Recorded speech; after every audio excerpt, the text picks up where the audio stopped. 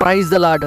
ఈరోజు దేవుని వాగ్దానము, ఇవన్నీయు గాక విశ్వాసమును డాలు పట్టుకొనుడి, దానితో మీరు దృష్టిని అగ్ని బాణములన్నిటినీ ఆర్పుటకు శక్తిమంతులవుదురు.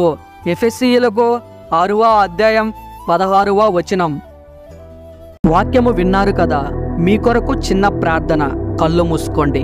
మీరు ప్రార్థనలో అడిగి ఉన్న వాటిని మీరు పొందుకొని ఉన్నారని, అవి మీ జీవితంలో జరిగి ఉన్నాయని నమ్మండి.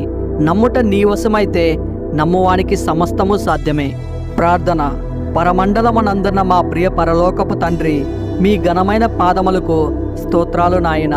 ఇప్పుడు ఈ వాక్యము విన్నటువంటి ప్రతి బిడ్డను దీవించి మీ పరిశుద్ధమైన హస్తములతో వారిని ఆశీర్వదించండి తండ్రి. వారి కుటుంబంలో ఎవరైనా రోగులు ఉంటే వారిని మీ కుమారుని రక్తముతో కడిగి స్వస్థపరచండి. ఆ కుటుంబానికి మీ రక్షణ మార్గం తెలియపరచండి. భూలోకంలో ప్రతి ఆత్మ రక్షింపబడాలని మీ కోరిక నాయన. విన్న అందరికీ మారు మనస్సును దయచేసి పాపక్షమాపణ దయచేస్తారని మీ బంగారు పాదాలకు నమస్కరిస్తూ యేసయ్య పరిశుద్ధమైన నామమున అడిగి వేడుకుంటున్నాం తండ్రి. Amen, amen, amen, amen.